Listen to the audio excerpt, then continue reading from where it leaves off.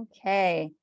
Hi, everyone. Thank you so much for jumping on our webinar today, how to create a successful group fitness schedule. My name is Victoria, and I'm the head of training and support for Punch Pass, and I'm really excited to talk about all of this with you today.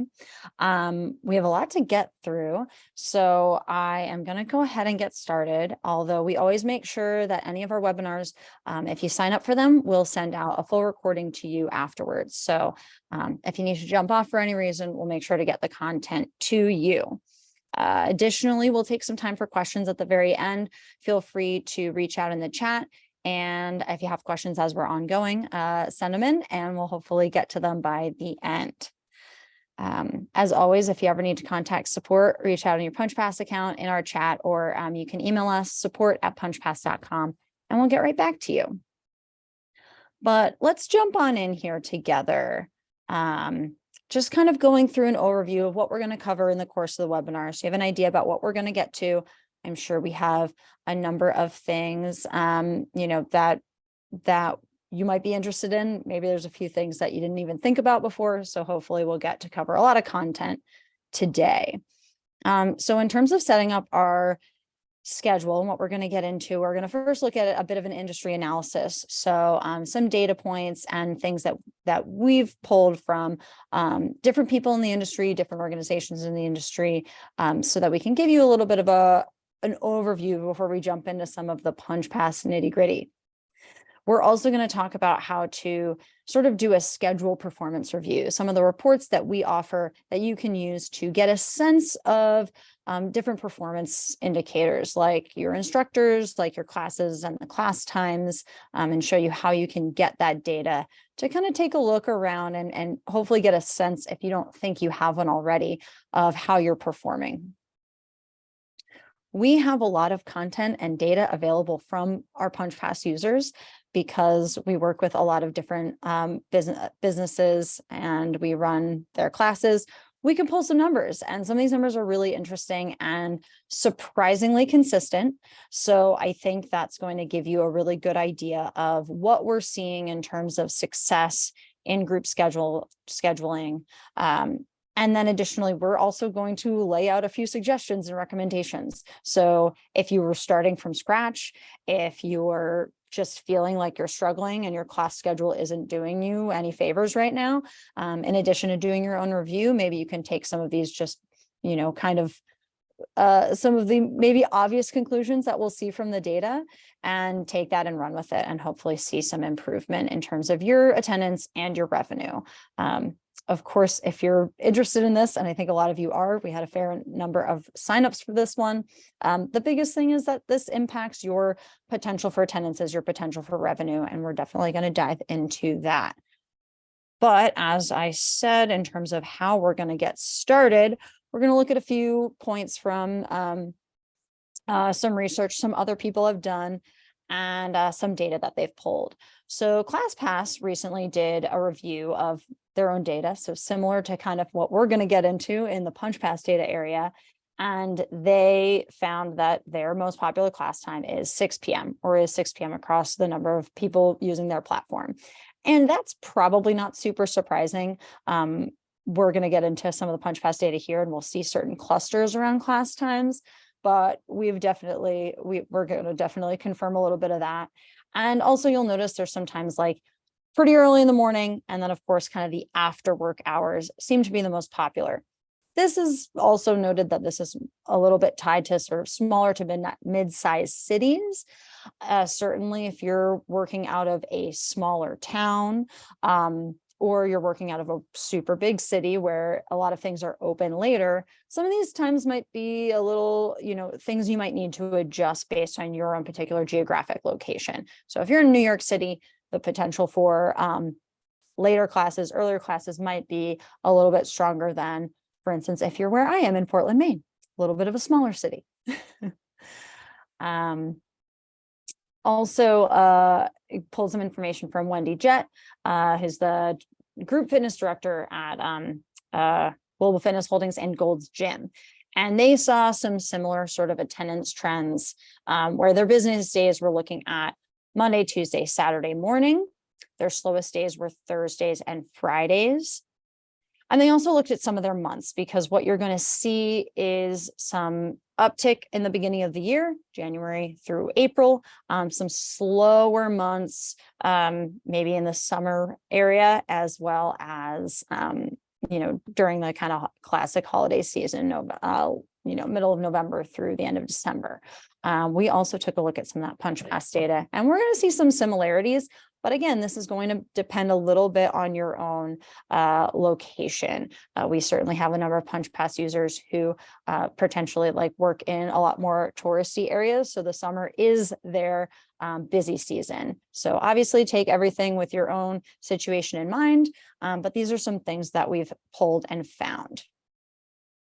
Now, what we've also found, and in terms of recommendations from experts around instructor scheduling, is that instructors who have a regular sort of customer base and people who are kind of into their classes, they've already been established, there is definitely more potential for them to have success at some slower times on your schedule. Whereas when you're bringing a new person on, just kind of thinking about giving them the opportunity to have a higher value class time on the schedule is going to be a way to help bring them on, and not sort of relegate them to the slow times that you have. You can work that out. Obviously, managing your instructors is something that you'll need to handle, but in terms of giving people a chance to get going, definitely giving them an opportunity to have at least one higher value class time may be beneficial to keep that going. The other thing to look at with your schedule is consistency. So if you're constantly having very different start times for your classes, so if every day of the week, the first class on the schedule is a totally different time. So, you're having it 6, 6:30, 7, 12, having that consistency across the days is going to be a lot easier for your customers to remember. So if the first class of the day is always at 6 across the board, that's going to be a little bit easier. Or if you are going to have morning classes, always having them at around the same time might be a little bit easier for people to remember. It's going to, again, lead to some consistency so that people just build it into their schedule. So that's another thing we're definitely going to look at. So I wanted to go through how you can take a look at some of your punch pass reports and get a sense of how you're doing right now. There's two particular reports, your instructor's activity report and your individual class details report, where you can pull out of data, you can sort, you can export them. And I just wanted to show you where those are. We're using a demo account. So in terms of data, you're not going to see probably what you'll see when you log into your punch pass account and check out these reports, but just to give you an idea of where they are and how to use the report and look at the report, will hopefully give you a sense of how you can do a review. If I want to do a review and look at the data I have in my account to get a sense of which of my instructors and which of my classes are doing well, and just getting an opportunity to compare and contrast, we're going to head into our different reports. So one of the reports that's going to be super helpful to get a sense of this is going to be our instructors activities report. So if I want to get a sense of which of my instructors is doing the most, is doing the best, maybe which ones need a little bit of help, maybe their class times aren't working as well for them, we'll go into the instructors activities report. And you can set your date range. So for instance, we could just look at the most recent month and set that range and get a sense. And with every report, you'll be able to sort by the different columns. So if you want to see the most successful first, if you want to sort by the attributed revenue or the average revenue per class, you can run that. If you have a lot of instructors and a lot of data here, you can also export this file and open it up in your own spreadsheet tool. If you want to do a couple calculations, you can also expand this range. So if you want to get like an annual review, you can definitely do that. You can either use the date picker, but sometimes I find that the easiest option is to set the date range and type it in up here, click apply and set the range. And you can pull it for the full the year so far, and get that information, get that data, and get a sense of where your instructors are. Now, we can also go into our reports and take a look at our individual class details report. This is going to give us a sense of our classes, the types and the class times, as well as the instructors, to get a sense of what's going on here. So again, I'm just going to do the current month and take a look.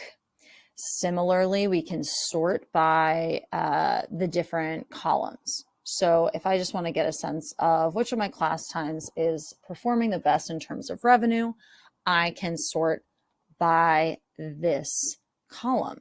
So we can get a sense of which class time perhaps in the past month is doing well. Again, we can run this for the past year, get a broader sense of that information. We can always export these files, these reports, and do some more data tracking with them in other spreadsheets. But this will give you a sense of a little bit more about the performance here. You're also able to sort by the class type. So you can take a look at, all of your different times and get a sense of where they're at. So in terms of what's working out for you, we can take a look at your different classes and get a little bit more of a overview of how you're doing. Again, we can sort by all of these different fields. We can sort by instructor and a sense of exactly what they're looking at. And especially if you're doing a wider range, I would certainly recommend pulling this into a CSV file or an Excel and opening up in Google Sheets or Excel and being able to run a few sums, get a few details about how these classes are doing, and being able to make some decisions about your schedule and maybe making some changes about where people are at and which classes are doing better, maybe which ones you need to add more to the schedule based on those details. So that's just a little sense of how you can use some of our reports to get a little bit more data and review your own account just to get a sense of it. I have a feeling that most of you, even without looking at the numbers, have a general idea about which of your instructors are thriving right now, maybe which ones are feeling a little bit of a struggle getting people into the class. If you're involved in your studio, that's some information you're probably pretty aware of, but it doesn't hurt to grab those details and maybe get a sense of which times are working and maybe which instructors could manage it at a different time, as long as it works for you and your schedule. We're going to go ahead and move on here and take a look at some schedule settings before we jump into even more data. So we have a couple, I like to call these our top 5. So in terms of schedule settings that we have available in PunchPass, we have a lot of them.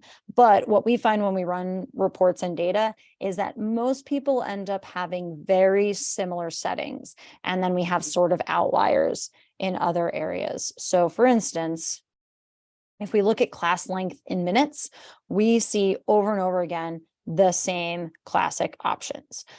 So we see 60, 90, 45, 75, and 120. Almost overwhelmingly, the majority of class times set up are going to be in these sort of convenient timeframes. It makes sense. Hour-long classes, 45-minute classes, these are kind of easy things to fit into the schedule. You have some longer ones, of course, when you get into the 120, but these are pretty consistent timeframes that people use, and kind of look at a schedule and get a sense of how they can fit that in. So we see the majority of class times ending up in this area. Again, the number of class times created in the hour range is overwhelmingly popular. So if you're finding that you're running these classes and you have them a little bit longer and it's not really working out for you, we might want to recommend looking at some of the more popular class lengths, and consider replicating that on your schedule. In terms of the number of days out to book, we also see a lot of consistency here in terms of what people are setting, just to get a sense of like, how does your schedule look? The reason 120 is pretty popular is because it is our default in PunchPass. So take that with a grain of salt. But the next popular is only showing out 30 days. So there's an element of keeping up with the schedule booking, like keeping up, and kind of every week you want to jump in there and book ahead as you keep getting access to the next week of classes. So these are kind of, we have some larger ones, 120, 365, just because these are, again, a default and then 1 year out. But then we have some smaller numbers to sort of, I think a lot of people are trying to get people to look at the schedule regularly and actively book, as the classes come out. So I wanted to point out some cancellation window hours, because I think these are kind of a good sense of how people are setting up their schedule and reservation rules. Again, in terms of defaults, 24 hours is the default on PunchPass. So there's a reason why that's very popular. I also, we see a lot of people do not have a cancellation window. So they have it at 0 hours.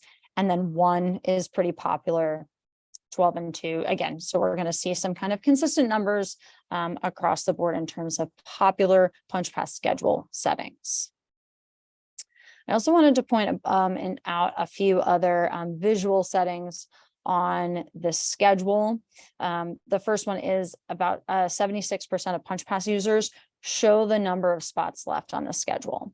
So under under your public schedule settings, you can allow to show how many people, basically how many spots are left, to kind of encourage people to book on their schedule. About 59% are also showing how long the class is on the schedule. And I think this makes sense, give people an idea about how much time they're committing. Is this an hour-long class? Is this an hour 30? Is this an hour 15? So they know before they click into the class how long that is. And then we also saw about 52% are showing 100 days out on the schedule. So that's another number to think about, consider, and maybe replicate in your own, at least, sort of some of your more visual PunchPass settings on your schedule. But now let's dive into the good stuff. It's all good, but I like this stuff the most because it is the most telling, I think, of what you might want to do with your schedule and what's been pretty successful for a lot of PunchPass users. So we're going to look at some of the data points that we have from all of our users and what they have set up. And we'll look at both, a lot of different things, both scheduling, revenue, and popularity on that level. So the first thing I just wanted to cover, as it's not really about setting up your schedule, but to consider when you're looking at your schedule and looking at some of your past data, is that there's going to be ebbs and flows across the year. Similar to what ClassPass found in their reports, the beginning of the year is another time that we at PunchPass see the most attendance. Your January, February, March, April, pretty popular. Goes down quite a bit in the summer months, and at least summer months if you're in the US. That might be different, of course, but I'd say the majority of our clients are still in the US, so that might also impact how you read these numbers. And then goes up a little bit and steep decline at the very end of the year when we're looking at some holidays. So just an overview when you're looking at your class schedule and your numbers, that the time of the year might have an impact. Well, let's look at the number of scheduled class days. So in terms of adding classes to the schedule, what are the most popular days of the week? And I'm going to show these in 2 different visual formats. So to give you a sense of like what a calendar might look like, and the most popular days here. Because once you see the numbers, it might make a little bit more sense. Here we have number 1 is Wednesday. That at the moment, that is the most popular day of the week to schedule a class in PunchPass. You'll see in a moment, Thursday, Tuesday, and Monday are not very far behind. So our top 4 pretty consistent. And then Friday, Saturday, Sunday, your weekends definitely tapers off. So if we look at this in terms of a graph to get a better idea, this might make a little bit more sense, right? Your Monday, Tuesday, Wednesday, Thursday, pretty popular. Definitely pretty significant when you see a drop off compared to Friday, Saturday, and Sunday. So this is not to say that all of your classes need to be on Wednesday based on this detail. When you look at them they're getting pretty close. Your Tuesday, Wednesday, Thursday, certainly most popular. Monday's not far behind, but then you get a pretty steep drop off in terms of your regularly scheduled group classes on Friday, Saturday, and Sunday. That doesn't mean we can't do things on those days, just means this is what we're seeing in terms of group class scheduling by PunchPass users. I also wanted to highlight the top 10 or the top 7 scheduled class times. And I'm going to show these in a couple ways as well, because again, once you look at the graph, it gives you a little bit more information. But number 1 we found actually was the same as ClassPass found, as our around 6 p.m. We also have our 9 a.m. and 5 p.m. right behind. Pretty popular. We definitely see kind of a tapering around, and we kind of have this morning area and this evening area. Once we look at the graph, it makes a little bit more sense. So you'll see clusters here around the 7, 8, 9, 10. Going to see kind of the most scheduled class times. Once we come back here, 4, 5, 6, 7, and then a pretty steep drop off as it becomes later in the evening. Again, we're looking at PunchPass data and what we can see in terms of what people are scheduling and what seems to be the most popular, but it's logical and makes sense. It's the beginning of the day, possibly before work, and the end of the day after work. We don't see a lot, comparatively in terms of like the midday lunch hour. I know that can be sometimes something that people bring up a lot and want to make available, but that might be something where considering which instructors have the right following for that might be pretty important to designing your schedule. The majority of your group classes, clustering them around that beginning of the daytime, end of the daytime is going to make the most sense in terms of peak attendance. Let's check out our most attended class days. A lot of this is going to be similar in terms of our days of the week as the number of scheduled classes. But this is taking a look at specifically customers attending these classes. So Wednesday is still number 1. Again, sometimes makes sense numbers wise. We have the most classes that day, but it still has an impact and indicates an interest in classes at those times. And I don't think it's that big of a surprise that Monday, Tuesday, Wednesday, Thursday, similar. It does drop off again, getting a bit into Friday, Saturday, Sunday. I think that makes sense that these are very consistent and would have a pretty good impact and indication of what's available for your schedule. If most of your classes are on the weekends, maybe it's working for you, but if it's not, it might be something to think about your weekday schedule. We also wanted to take a look at revenue. So this is looking at your punch card and your unlimited pass revenue for your classes and on which days. I don't think it's that big of a surprise that we're going to see a pretty similar trend. Wednesday being number 1, Tuesday, Monday, Thursday, falling not that far behind. Friday, Saturday, Sunday, again, a little bit less.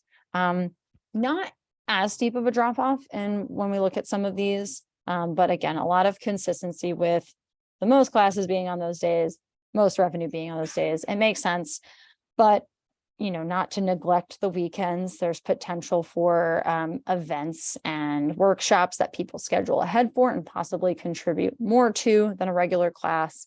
But in terms of your group schedule, it's looking again like middle of the week. That's when people are interested. And that's when, the potential for making your kind of your bread and butter money in terms of when people are coming to class on a regularly scheduled basis. We're looking at this middle of the week time as the most popular and most lucrative, hopefully, for everyone. I also wanted to take a look at reservation bookings because this is a little bit different because obviously scheduling and attending classes happens at a certain time of the week, When people actually make their reservations happens a little bit at a little bit different time of the week.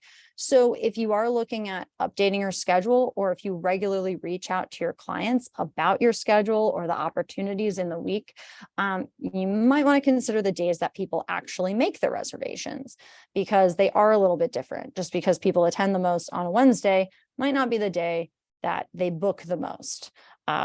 Sunday, Monday, great time to let people know about your schedule, and highlight that, because that's when people are making their reservations for the week ahead, and even future weeks. But that's kind of when people are doing their planning, and that's what we've seen similar numbers when it comes to email opens, email open data. We see a lot happening more on that Sunday, Monday timeframe. As you get further into the week, you're going to see some drop off in terms of when people are making those reservations. So your schedule, and when you announce your schedule, or if you're doing updates to your schedule and you want people to book, when do you let them know? You might want to look at, doing it beginning of the week, Sunday, Monday, Tuesday, best times to sort of send that information out.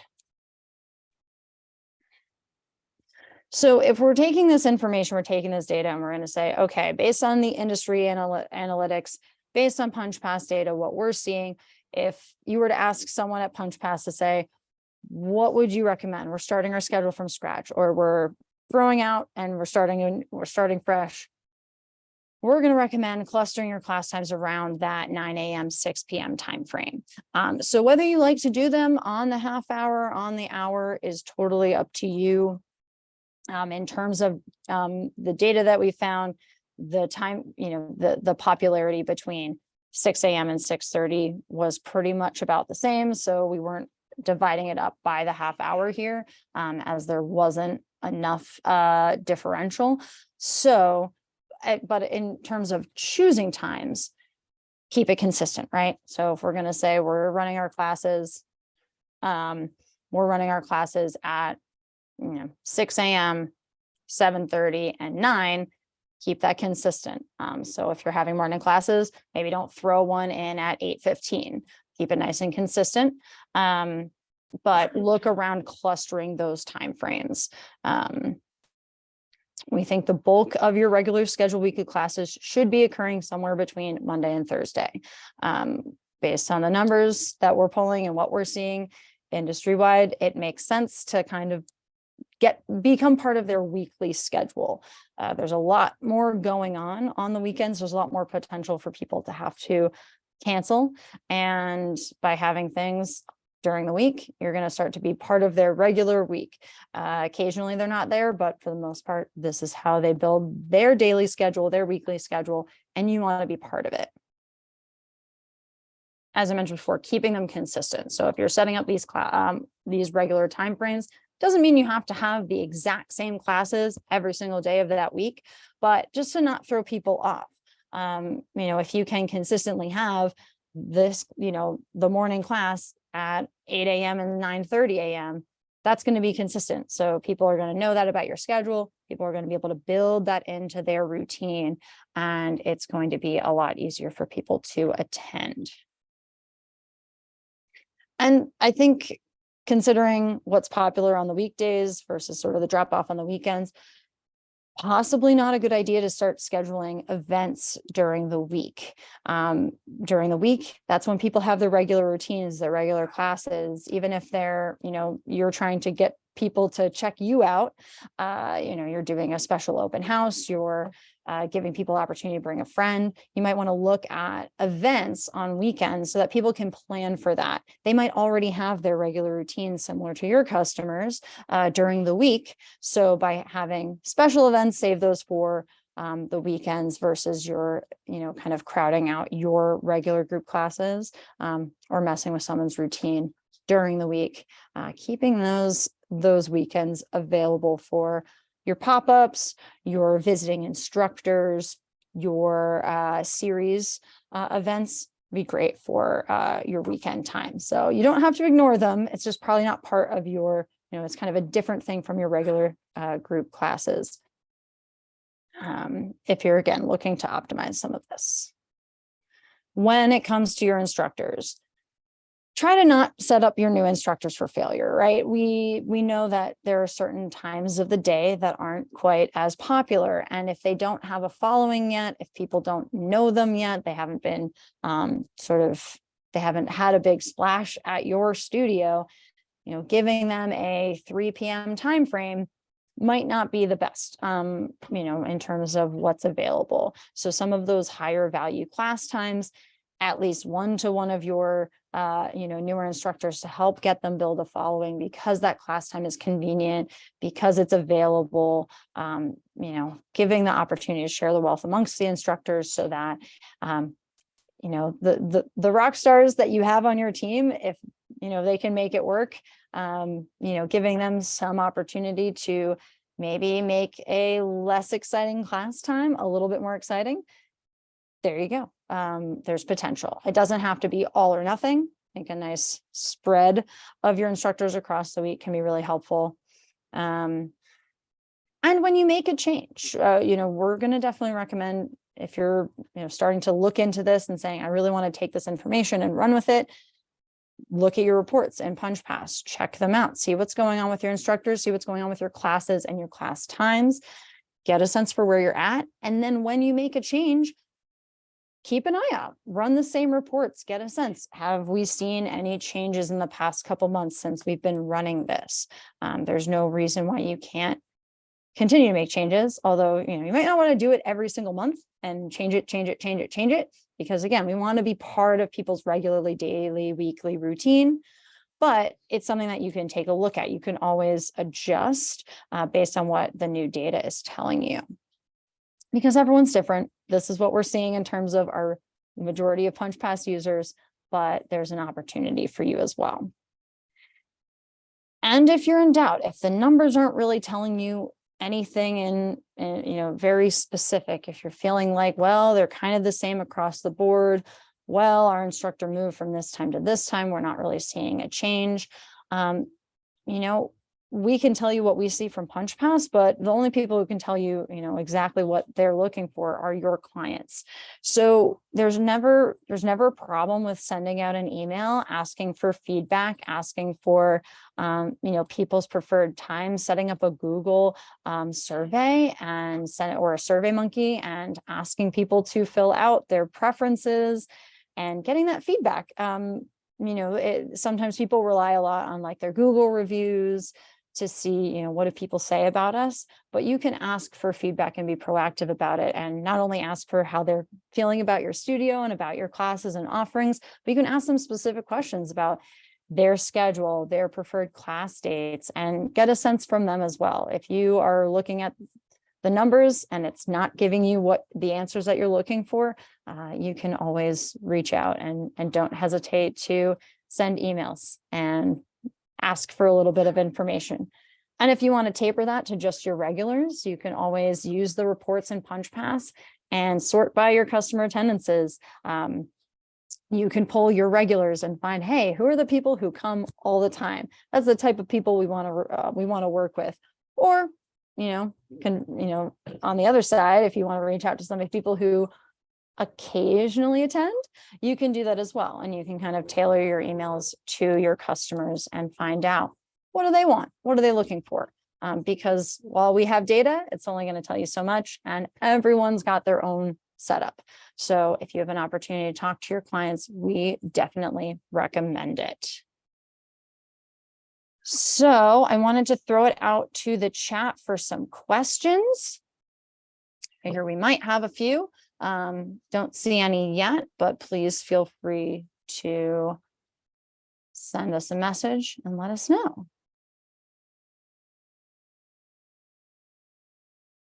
Well, we have a few people thanking us for doing this. Of course, we're so happy. We love running these webinars, and always like to provide any information we think that we can, give to be a little bit more helpful.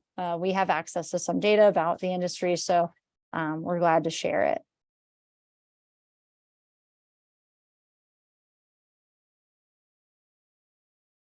Okay, great. Yeah, I am. This is a good question about talk about the data used to generate these reports. So we do have a background database for our PunchPass users, which we can pull to, which we, host. It's on our, it's hosted on the same server that we use for all of PunchPass. So we can pull data like, and look at, some pretty, overview numbers, so we can get a sense of what are people doing. I actually ran a webinar, I don't think too long ago, but we can check it out. We actually have a webinar that's called PunchPass by the Numbers. And it's not just about your schedule. It's also about pricing, memberships, purchase or passes. And we walk through a lot of those popular settings as well. Some of like the default settings, reservation settings, dive into that a lot more, which is, I had a few people, yeah, I can definitely send you more information about that. In terms of something more about some of those details and the numbers, I can definitely provide you some more background information on that. Yeah, but Charlotte reached out about popular class costs, and I can definitely send you some of that information, but we can provide you, if you ever are looking for some more of our details on punchpass.com/webinar. Not only do you have where you can register for your webinar, which you probably all did there, or from our newsletter, but we have all of our recordings here. So here we have PunchPass by the Numbers, where we also walk through a lot of our client, what's popular in terms of what people are doing for their business. So again, pass pricing, membership pricing, their account settings, what we see. Let's see. So I got a question, about, I guess I would describe this as, so the question is, for online classes, do you find it's possible to set up 2 different classes at the same time? And are other clients doing this? So we sometimes describe this as hybrid classes, where you might have a, one class time on the schedule, and then you have the same class time, but it's available via Zoom. And we did recently, let's see if I can get into my account here. We did recently add a feature. If you go into your classes area, well, I've done that already. So for instance, I have my beginner hip hop class. I can click into it, and then under actions, I can create a copy. So if I have set up a class type, I can make a copy of it and say, all right, we're going to take all of those settings, but we're going to call this our online. And then we can make some adjustments. So for instance, if we previously limited the number of students accepted for the in-person one, we'll go ahead and turn that off for our online class. And then once we do that, I can also adjust the eligibility of passes. So if you charge differently for your in-person classes versus your online classes, that's an easy way to make that adjustment. We do have people using the system that way, which is why I wanted to let you know. I don't have the number for you right now on how many of our clients are using PunchPass for hybrid classes. Can certainly see if we have that information. I can pull that for you.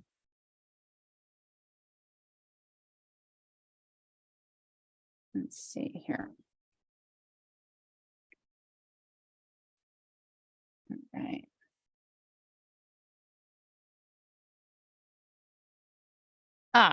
Another great question about the reports. And since we're already in this here, I'll get to the first question first, and then I'll keep going.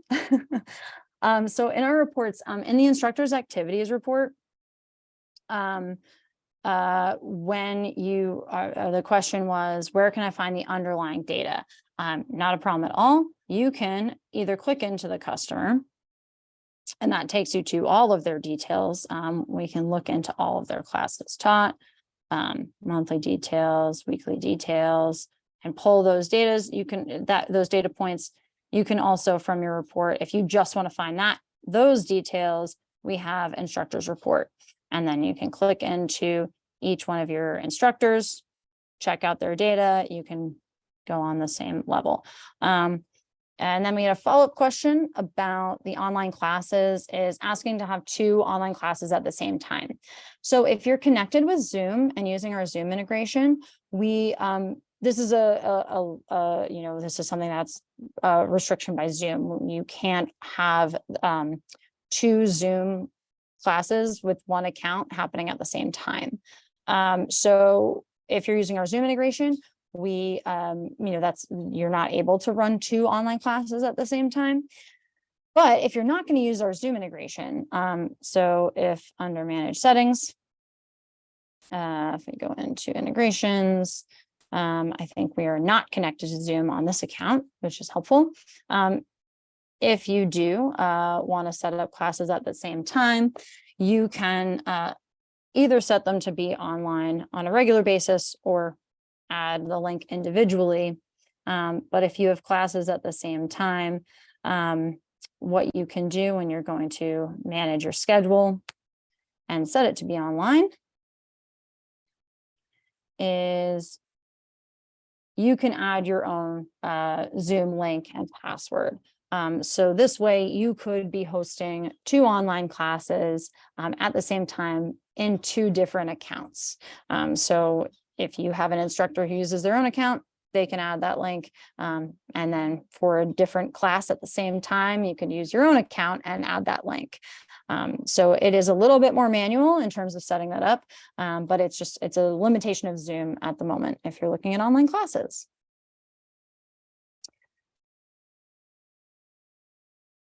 And cool. Let me pause this for a moment on my share here, because I wanted to see if I can pull. I had a question about some of the businesses and the data that we've pulled. So I wanted to take a look at, pull one more thing up to show you. If you stick around with me, we can get into it. Because I do cover this in our Punch Pass by the Numbers presentation. But I can certainly provide a little bit more information here. Let's grab this. And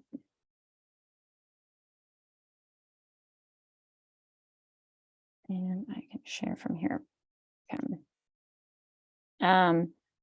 So just in terms of a little bit of an idea of like the type of businesses that we're talking about who use Punch Pass and where we've got this information from.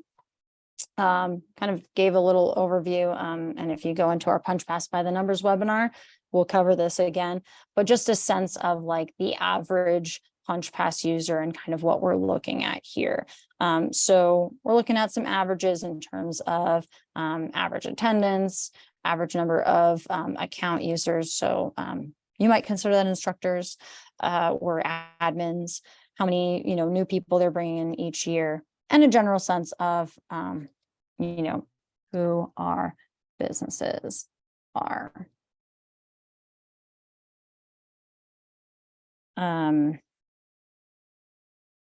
Ashley, I will send you that information directly, because I just have to double check on what information I'm allowed to share publicly. So I will confirm and get back to you on that. But thank you all so much. Does anyone have any other questions before we close this out?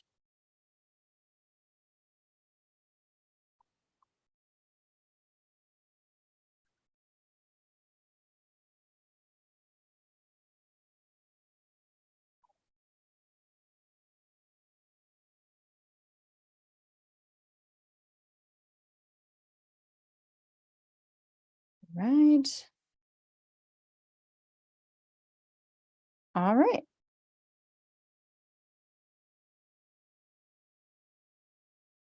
Okay, wonderful. Yeah, and if you're ever looking to reach out to us, you can always reach out, and in our chat, we're happy to talk from your homepage. We're in the bottom right-hand corner. Reach out to us. We'll send you a message. If you're not using Punch Pass yet, definitely feel free to reach out from our public pages. Our chat is also on the homepage there, or email us at support@punchpass.com, and we'll be more than happy to chat. But I just wanted to say thank you all so much for jumping in with us today. I definitely am excited about the opportunity that hopefully some of this data will provide, and we will give you again, we'll give you this recording so you can check back. If you have any questions, definitely let us know, and we're more than happy to answer them. Our team is always excited to chat with y'all. So just reach out and let us know. Thank you so much for your time. We so appreciate you joining us. We know you're busy. Running a studio is not easy. So thank you so much for giving some of your time to Punch Pass, and we hope you'll find this helpful.